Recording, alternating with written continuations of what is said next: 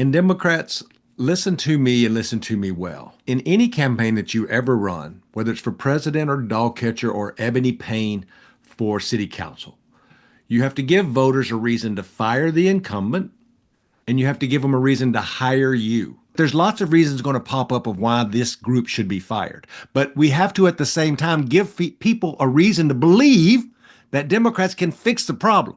We've been in charge before and didn't fix it.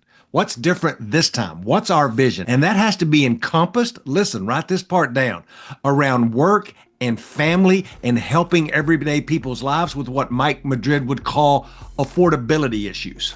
Because affordability or inflation, all of these things are the cost of living of everyday lives that people are just trying to get through. They don't care about the nuances of their government. They don't care about the nuances of the tax system. They just feel like they're getting screwed at every angle. And you've seen what happens when you give crazy people the mantle. And this is not normal. And let's get back to normal and fix some things that we can fix to make your life better. And that's what you really have to do.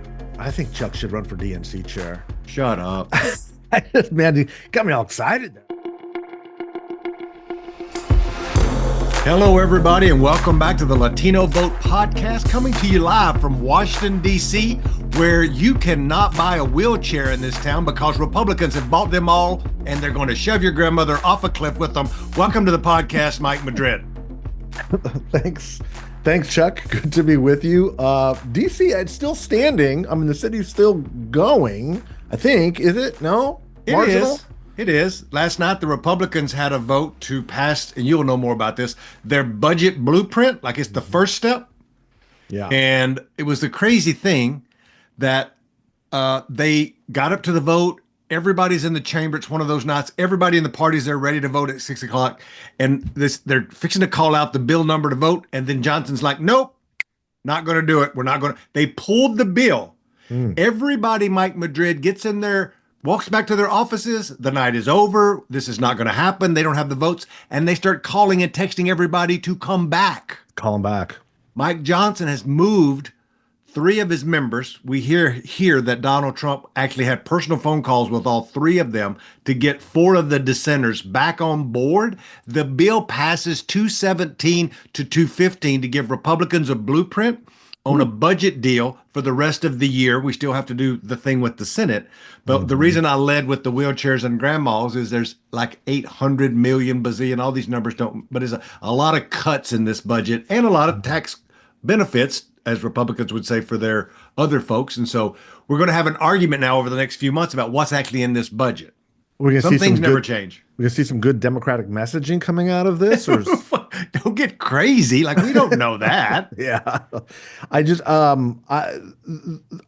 so much of this, Chuck, reminds me, again, as an old guy, going back to the 94 Republican takeover, when Gingrich and the Republicans come in for the first time in 40 years, and suddenly a bunch of these federal workers are out of work, and these job cuts are happening, and these slashes are going, and the pace of everything is going so fast.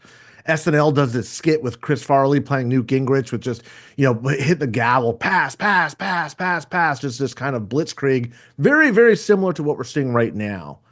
And you got to remember, I mean, 94 sets up Clinton's reelection over Dole in 96. These things bounce back. These things tend to have a pendulum. The question is, will more damage be done now than was done back then? But this is not, I mean, it's unprecedented, but it's not that unprecedented. And I say that only because when the Clinton administration started to push back against Gingrich was when you started to see the specifics of what these budget details actually started to do. Everybody's for making government more efficient, getting rid of waste and fraud and abuse. Nobody's against that. But when it gets down to the specifics and you start detailing the specifics, that's where public support starts to erode. And that's where you start seeing ammunition for people like me to make TV ads. Because as soon as they put something in there that I can use to show that Democrats good, Republicans bad. Yeah. It's what our polling firms, and we're going to get to polling in a little bit. A big part of the second half of this episode is going to be about me and Mike talking about the Donald Trump numbers. So stay tuned here. We're going to talk about what these polls mean. But the pollsters will take a piece of that. That's what they've done since me and Mike Madrid both had hair, is they find one thing, and I made light of the grandmothers in the cliff because we've always done that. We always go back to that. But it's like a safe place for consultants. They'll find something in this bill that cuts veterans benefits or old folks' meals on wheels, and we'll make TV commercials, and that's what we'll talk about this election cycle. Am I wrong, Mike Madrid? No, I think that's exactly right. And the reason why you've been doing it for years is because it works. It's a lot of this stuff is just kind of abstract and big picture. And like I said, when you pull, do you think government's too big and needs to be more efficient? Everybody says yes. I mean, that'll get you some 80, 90% numbers. But when you start going through the specifics, well, should we be cutting Medi-Cal? Should we be cutting, Meals on Wheels? Should we be cutting stuff for senior citizens? Should we be cutting pre-K, Head Start programs? And the answer is like, no. Well, it's like, well, that's where the money's at, right? Or at least that's where the nickels are at, by the way. And that's an important point because the big numbers, the big entitlements, the sacred cows that Say enjoy it. enjoy widespread public support, you can't get the gazillions of dollars you need without cutting these programs that Trump, himself is even backing off of. What are they? Social Security, Medicare, and the military? Yeah, that's That's it. the You three just big nailed ones, it. right? Those are the priorities of the government, of the federal government, and they're so big that without making significant cuts there, you're not gonna close the gap on the debt. You're not going to close the gap on all this borrowing and spending that we've been doing. So unless you get rid of those entitlement programs, or at least make a significant cut into them, even the threat of cutting them is enough to make the politicians run for the hills. So, Musk can go after, all these fake programs and lie about what he's doing with condoms for, Hamas or, transgender, whatever issues in Afghanistan. But the reality is that's not real money. I mean, sure, we should be very prudent over every dime that we spend on behalf of the taxpayers, blah, blah, blah. But that's less than 0.5% of the federal budget. It's not real money. It's so interesting that you say that. Somebody last night on CNN made an analogy that I could understand. And they said if you look at all of the hundreds of billions of dollars that they say that Elon Musk has found in waste, which we don't know, in fact, that that is true yet, everyone. So let's just take this with a grain of salt. They said that he's looking to cut $2 trillion. It's like let's just say that the federal budget, he said, this fellow on CNN, if a football field of 100 yards was the federal budget, what Elon Musk and his team has found so far would be less than 1 inch of the first yard line Yeah. of the It's total budget. Yeah, but it's exactly right. But in the same way, like you run those ads with pushing the wheelchair over grandma in the wheelchair over the cliff, the Republicans do the exact opposite by saying they're slashing and burning. They find one line of government waste, and that 1 inch of 1 yard becomes the whole narrative of this big bloated 100-yard I could not agree bureaucracy. more. And so that becomes the fight, right? And it's not a real fight. It's not an honest fight, but hell, this is politics. If we were having real honest fights, we'd be doing something more honest for a living, Chuck. It's like the transgender thing with Kamala Harris. Like nobody was running on transgender rights, but they used that one thing she had said in California back in the day to Hmm. bury her. And that's not the only reason, all of you at home, but just saying that's an example of what Mike Madrid is talking about right now. Speaking of what Mike Madrid is talking about, I wanted to bring up for Mike that last night here in Washington, D.C., the Unidos had their annual Capitol Awards. And I would be remiss if I didn't say that we're on the program with one of their prior award winners, Mike Madrid. That's how low we've gotten on giving awards in this town. But last night it was good to see everybody. And Mike, I like to bring that up. Yeah, But good friends with UnidosUS. They've been the longest, oldest Latino civil rights organization in the country. used Um, to be the National Council of La Raza, which I think was an awesome name. used to be NCLR. That's exactly right. And it's an extraordinary organization. They're doing great stuff. We'll put a link to them here if you've got the opportunity to contribute some. These are the people that are fighting the good fight on a lot of these issues where the Latino community is taking the real brunt of the hits on a lot of these cuts that are going on. And even when we disagree, and I do disagree with Unidos a lot, it's done in a very professional manner, and nobody doubts at all, not one bit, one iota, that we're all fighting for the community the way that we see it, and we encourage each other and we support each other. That's the beauty, I think, of what we present as Latinos here, right, left, center. It's part of what we do here on the show. is we disagree a lot, oftentimes, but we don't ever stop supporting each other in our pursuit because either way, we're making progress for our community, and that's something to be mindful of. So, Unidos, congratulations again on another successful event. Um, who are And the they gave awards to Democrats and Republicans like they always do. always do the little right and left to kind of show that they're genuinely a nonpartisan or bipartisan organization, and they've always been very welcoming ever since I was a kid in college. The Congresswoman from Miami, Maria Salazar. For Hmm. all of you at home, that was the old Donna Shalala seat. It's South Beach, it's downtown Miami. Very Cuban seat. They have a Republican Cuban representing them. Did you say Donna Shalala? She used to have that seat. Dude, how old are you, brother? There's I nobody on am. the show that remembers Donna No, Shalala. Donna Shalala was just there less than 10 years ago. She came back to Congress again. I think it's like when you hit that old man age and you're like, I think that was 10 years ago, and you realize, man, that was like the mid 90s. No, she was just there. Like there's only been one. This woman took Donna Shalala's spot. I shit you not. So that's All right, on the maybe I'm the right. old guy. Maybe I'm getting old.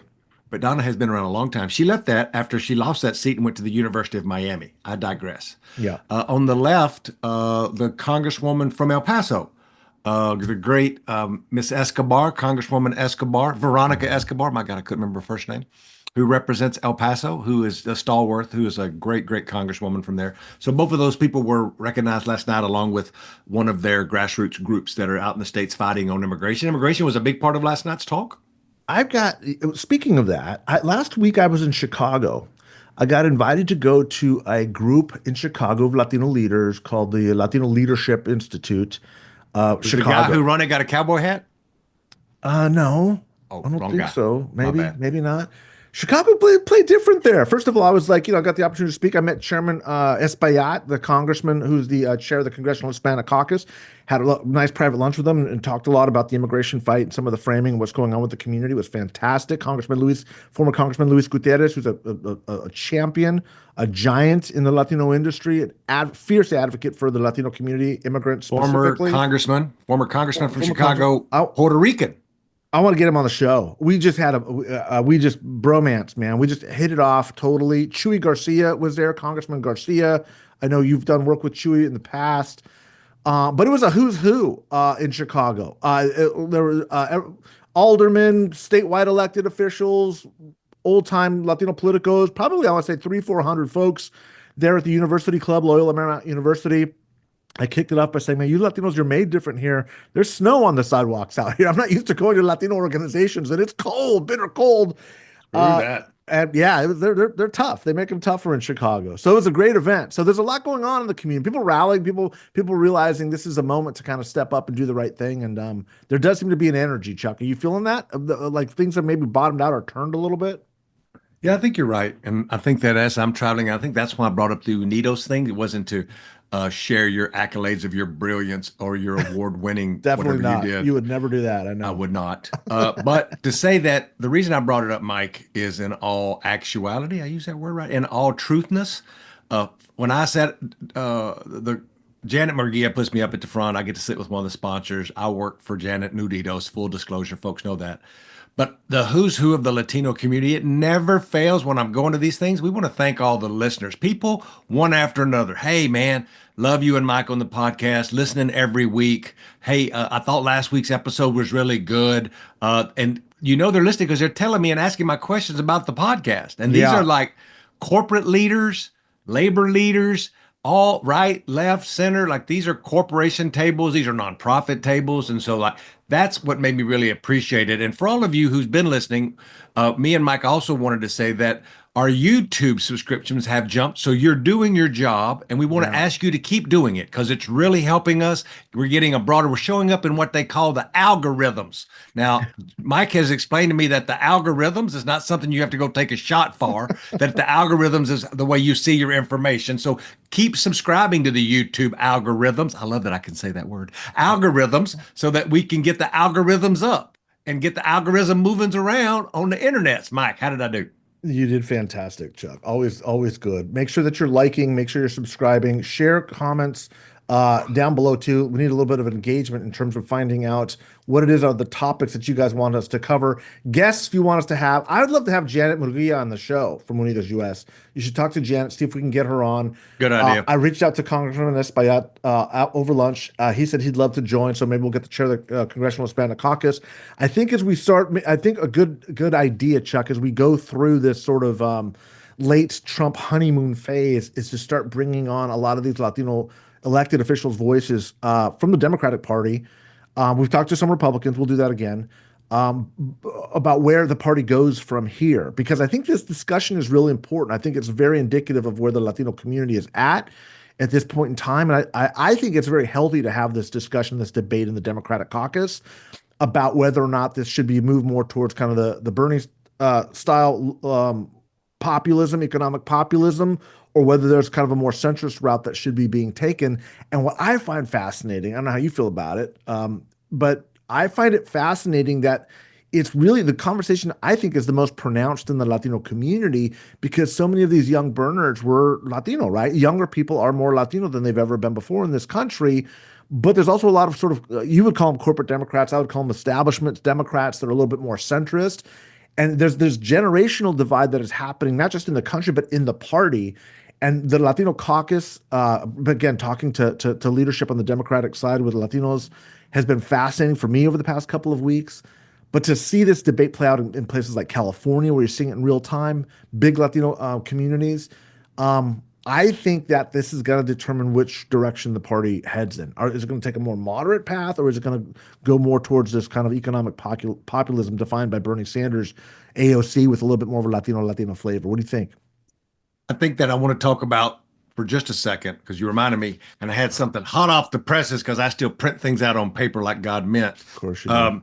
Last week, we had a great episode about how Republicans have won more state legislative seats than almost ever in the history of the state. They doubled their numbers. We talked about how this movement was happening. And I want to shout this out before we move to Mike talking about the polling. A buddy of mine who's a regular listener and probably one of the best data nerds I know, Andrew Dressler over at Haystack DNA. For all of you ever want any kind of data analytics done, Haystack DNA does a ton of that work. I've worked with them in races around the country, but he sent me the registration numbers for Latinos in California. Now, these are just the numbers. This don't tell you who voted, who don't vote. It's just how they're registered. It's going to make you understand how big the conversation was of how Republicans are picking up more seats in the House with these numbers. Stay with me here. I'm sorry, Mike, I didn't tell you about this before. I printed these off and they were on my printer. Registered Latino Democrats in California is 3.5 million. Mm-hmm. There's some change, 3.588 maybe, but 3.5 million. Yeah. Registered Republican Latinos are 1.3 million, 1.3 to 3.5.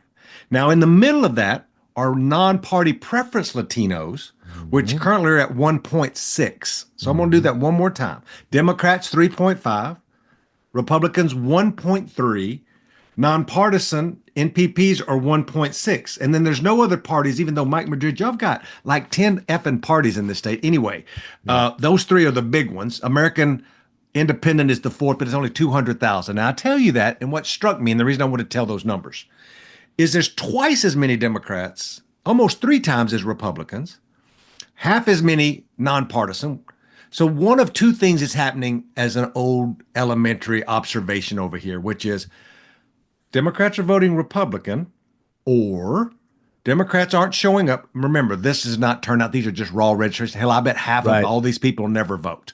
Right. And I bet a ton of those people who never vote are Democrats. I own that as well. Mm-hmm. But I thought for the audience to make the dramatic pitch on what we talked about last week was knowing exactly how many Latinos are registered and what they're registered at in California. Right, Mike? Yeah, and we'll put those numbers again in the comment section below too. Just those three lines. How many? Again, this is just California, but it is such a good representative sample.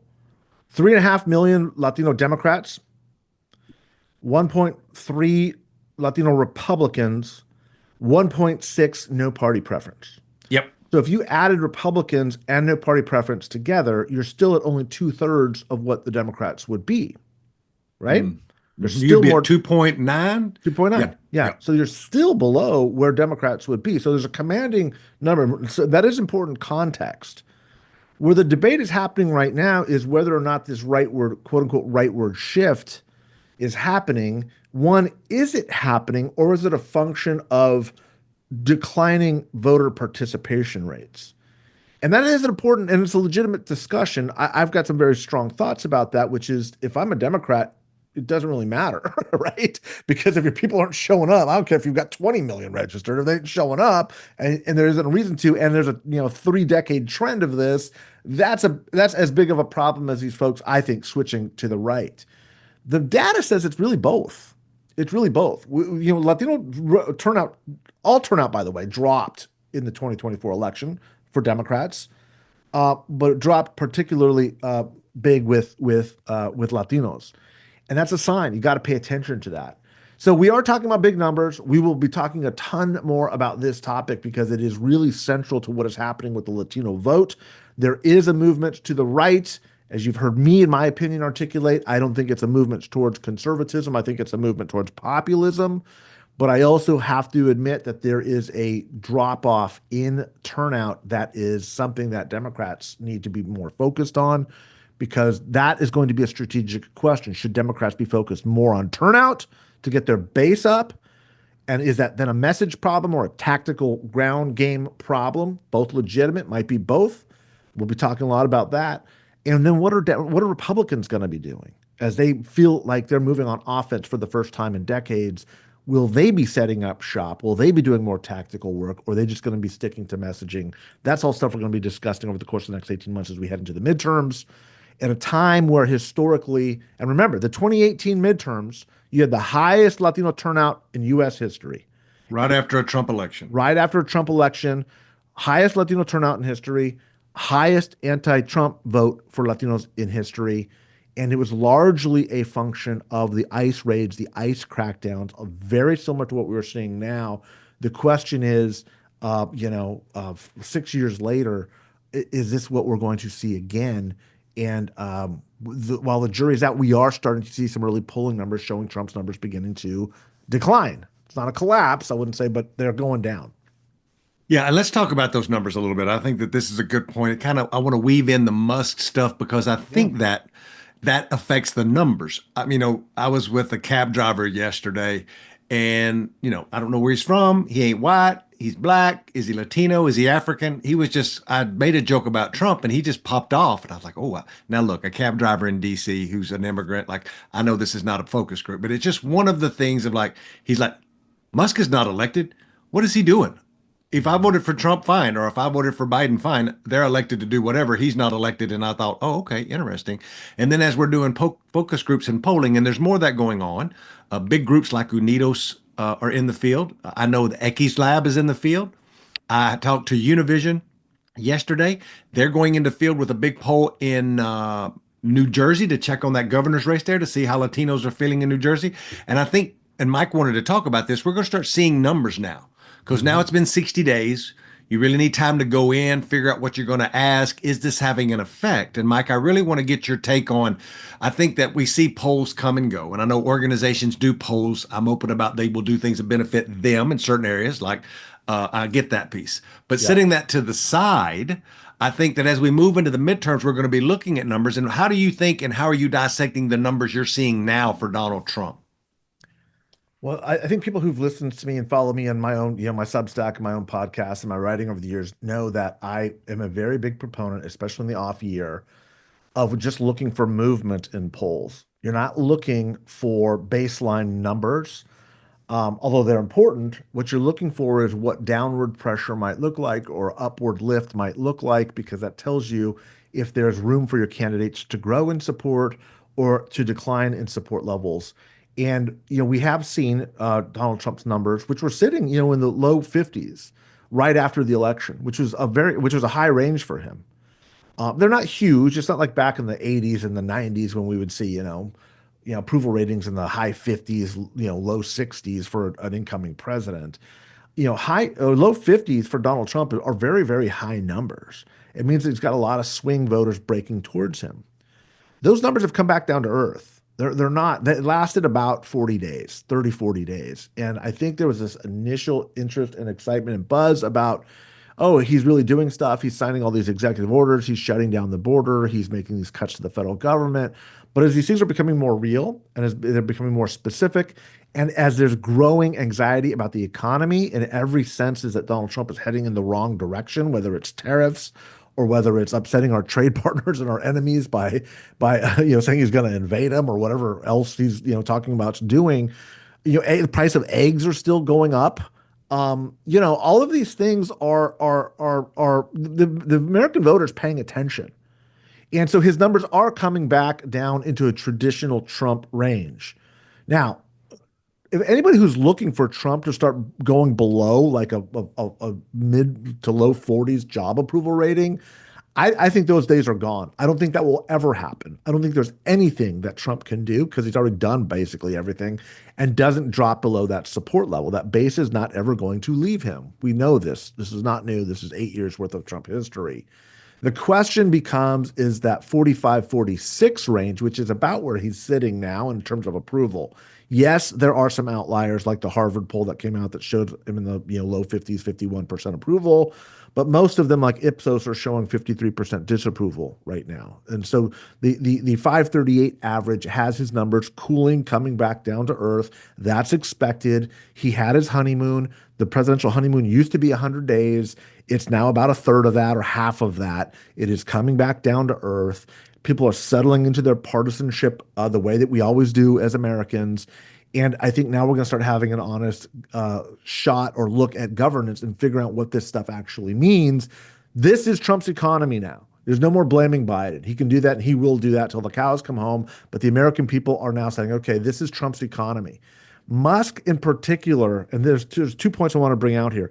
Even though Trump's numbers are sitting, job approval are sitting at a traditional higher range than you would expect, there are two factors on the GOP side that are real red flags for the Republicans.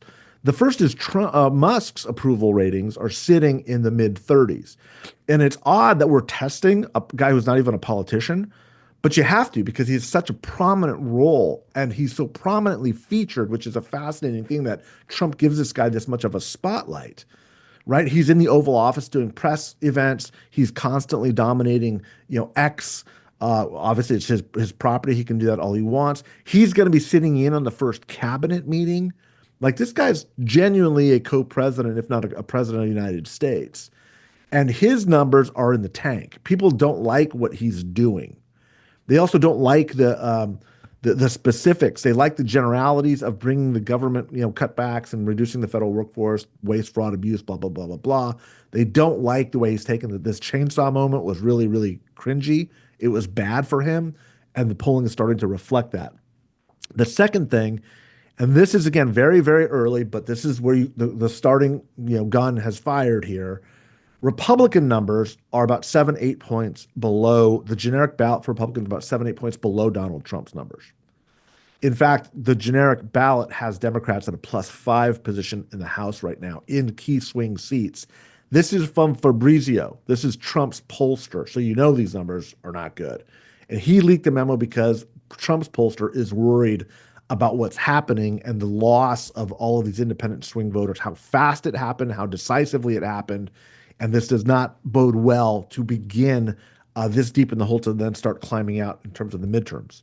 The one saving grace, and I'll stop it here, Chuck, and then I want your thoughts on all of this, is the Democrats' numbers are really bad too, like really bad. Democrats have a really significant branding problem. And that's why I have always counseled and said, I believe the Democrats will do well in the midterms, maybe historically well. It's early to say that, but I mean, I think all the things are lining up for that, even 2 years out. My biggest fear is if the Democrats take control simply by being against something and not standing for something. Because if that happens, the chances of that going away in the next presidential cycle are very, very good. The Democratic Party has to really, really begin to articulate what it's for in the minds of voters that is different and distinct from where it's been over the past 10 or 15 years. I don't know if they can do that culturally. not because they're Democrats, but because political parties on both sides have a very difficult time doing that. People don't just change their mind and go, oh, maybe we were got to change our position on immigration. Maybe we need to change our position on law enforcement. Maybe we need to change our position on taxes. Like that doesn't happen easily, but that's going to have to happen if the Democrats get back into contention. So there's a lot of good news for Democrats. There's a lot of bad news for Democrats. It's very, very early in the process, but what we are seeing is Trump's polling declining and moving back into a traditional range as the starting, starting gun fires for the midterms. Chuck, how are you looking at things? Today, we're recording this like we always do on Wednesday morning. The first cabinet meeting, as Mike mentioned, is today. You'll get this podcast on Friday with Andreas and 100 of his producers putting this together in the next 48 hours. But I think that's a big visual is that you're going to have a non-elected senior advisor. And have there been other senior advisors? Sure. But I think nobody like an Elon Musk. And Democrats, listen to me and listen to me well, is that in any campaign that you ever run, whether it's for president or dog catcher or Ebony Payne for city council, you have to give voters a reason to fire the incumbent and you have to give them a reason to hire you. And in this instance, what's your vision? What Mike Madrid laid out and was saying is that there's lots of reasons going to pop up of why this group should be fired. But we have to, at the same time, give people a reason to believe that Democrats can fix the problem. We've been in charge before and didn't fix it. What's different this time? What's our vision? And our vision just can't be, James Carville, that we're not them, as he wrote in the New York Times. We do have to do that and say we are not them and they're crazy and they're breaking things. But we also have to say, and here's our vision for the future. And that has to be encompassed, listen, write this part down, around work and family and helping everyday people's lives with what Mike Madrid would call affordability issues. Because affordability or inflation, all of these things are the cost of living of everyday lives that people are just trying to get through. They don't care about the nuances of their government. They don't care about the nuances of the tax system. They just feel like they're getting screwed at every angle. And they're going to feel like they're getting more screwed right now. So you have to stand up and go, and this is what we're going to do to make sure you're going to get screwed less. We don't blame you for voting for Donald Trump. Let's start there. Everybody's anxious. We understand why you are reaching out and voting for whoever you thought was going to help you. But we have a real vision now, and you've seen what happens when you give crazy people the mantle.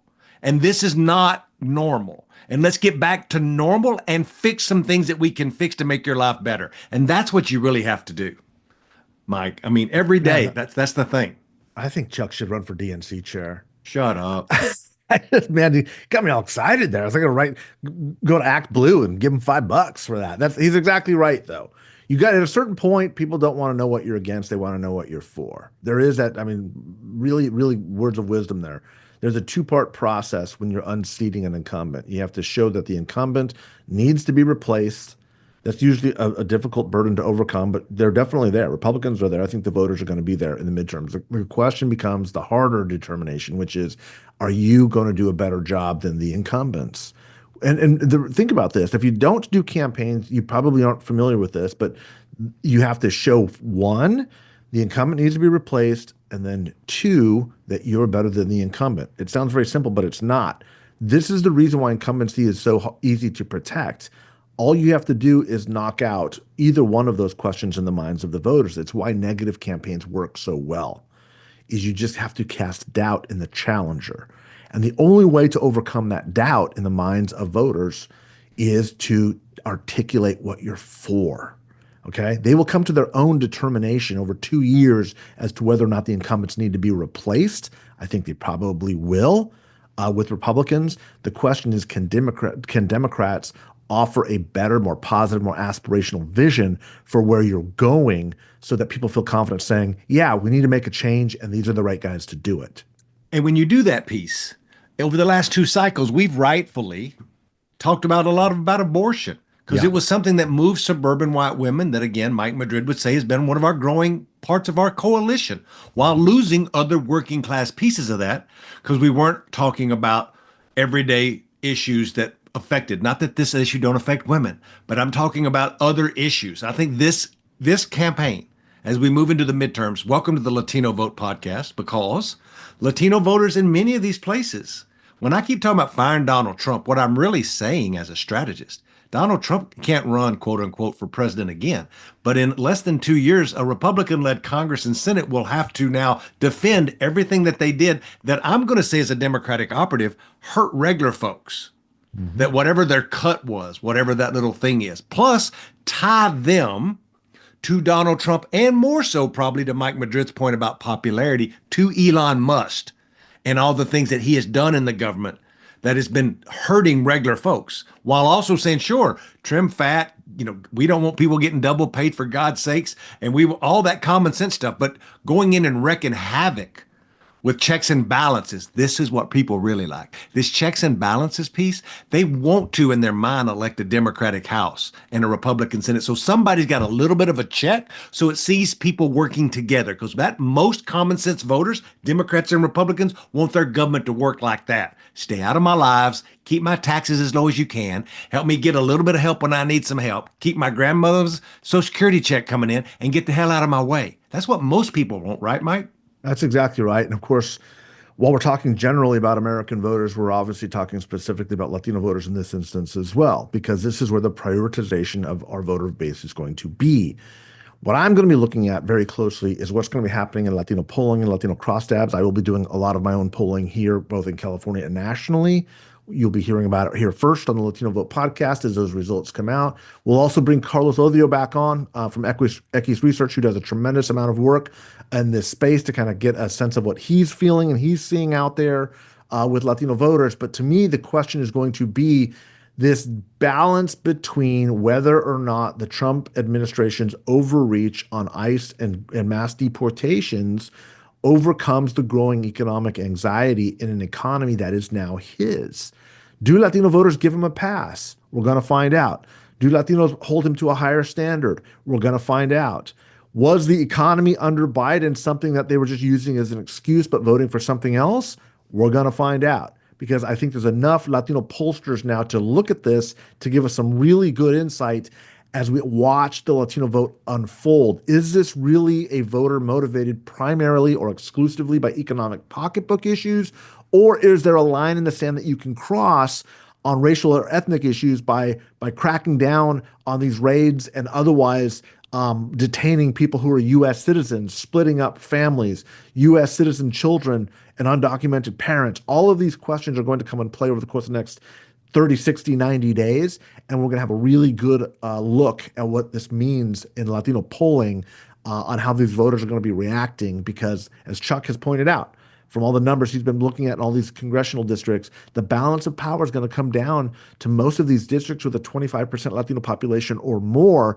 And if you don't see a better split for Democrats than we saw in 2024, there's a good chance that Republicans either hold the House or at least keep the margins to a very small number. If it breaks the other way in a 2018 style, then you're going to see, I think, a historic potentially pickup of Democratic seats. A lot of pundits are going to say that's not possible because the way this has been gerrymandered, there's not enough competitive seats to have a 40-seat pickup. I don't think that's true. They said that in 94. They said that in 2010. They've said that in 1990. They've said it over and over and over again. If there is a wave, a true wave, you could see Democrats pick up an extraordinary amount of seats in the midterms. I'm not predicting that, but I'm saying it's absolutely possible. Let me talk about some numbers because it makes everybody's head spin. In 1994, Republicans picked up 71 seats, just so we're all clear. It was crazy. It was the craziest, and it brought in what Mike was talking about earlier.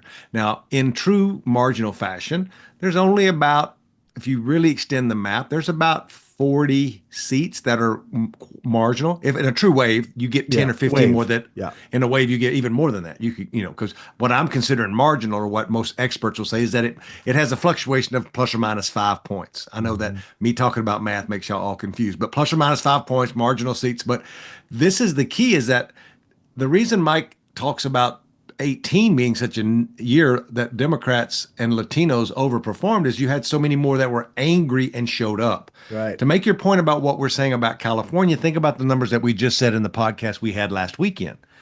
To make the point here is in the last election in 24, around 2 million less Democrats showed up in just California.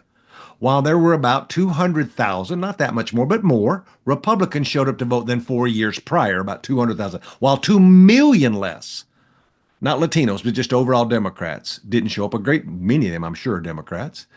And so now that those folks who decided they didn't want to vote, they didn't like Donald Trump, but they also were not motivated by Democrats in the state house or Joe Biden or whatever the reason was. I think probably a lot of it has to do with Joe Biden or lackluster. I mean, that's just me pontificating, another big word by Chuck Rocha today.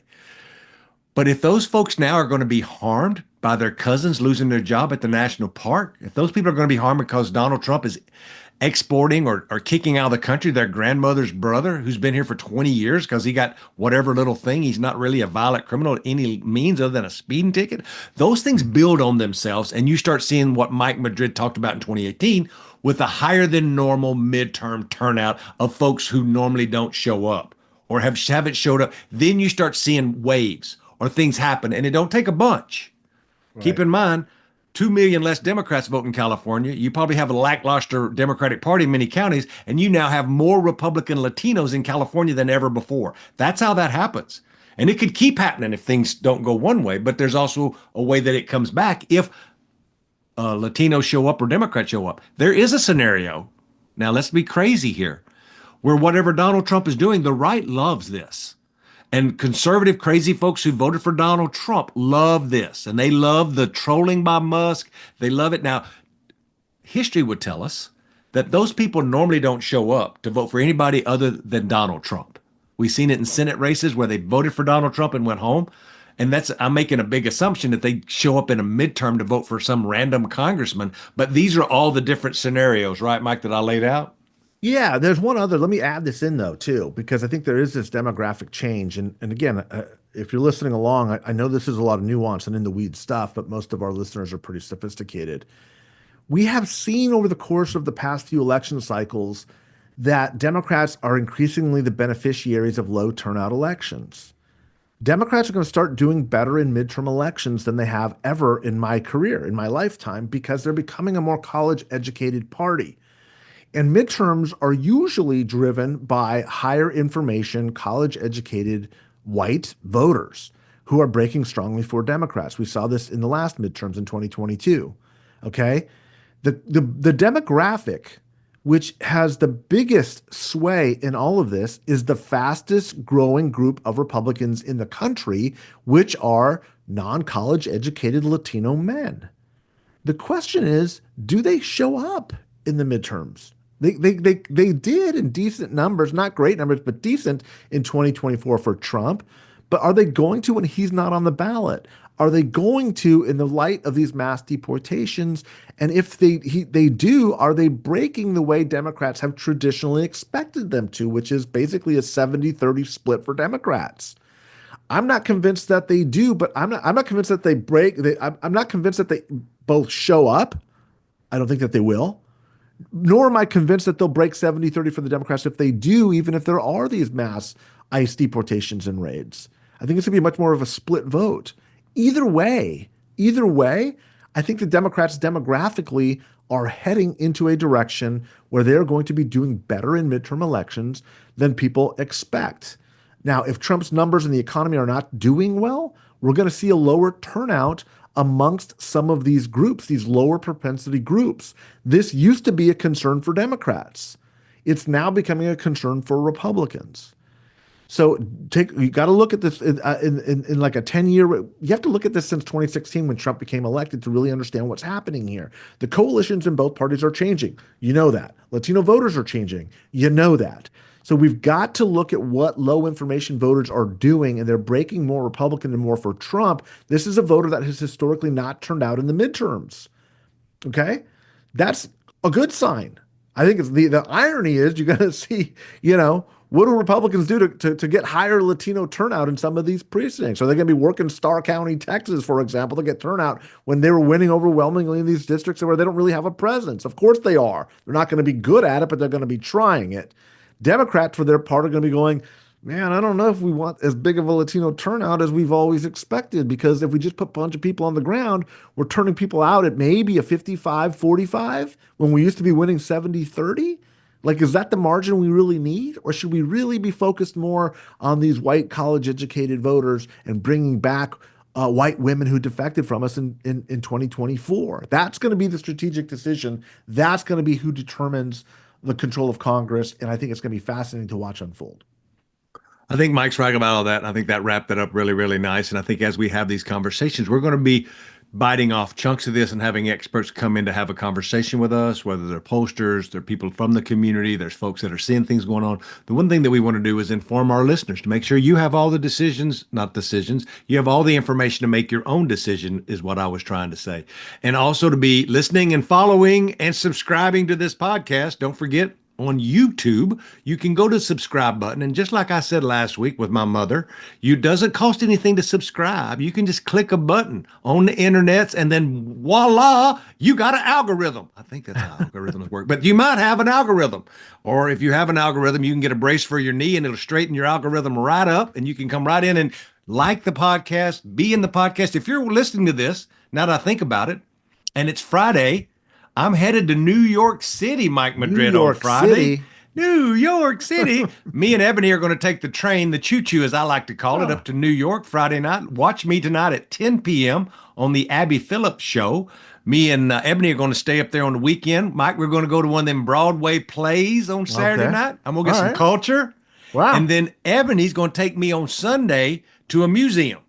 Now, I don't normally go to museums, but I'm going to something called the Met. And I think it's where the New York Mets play baseball, but it's something called the Met Museum. She's taming the savage beast here. Ebony's really good for you. And then I'm going to come back on Sunday, but I'm going to have a TV appearance. I'm going to have a New York City play, and I'm going to watch the Mets at the museum, at the Met, something like that. But anyway, y'all come and participate. What are you going to say, Mike? Well, look out for Chuck Rocha. He's taking New York City by storm. New York by storm. Thanks, everybody, for listening. If you're still lucky enough to have your mom and your daddy with them, don't forget to call them, tell them you love them. And until next week, me and Mike Madrid, we're out of here.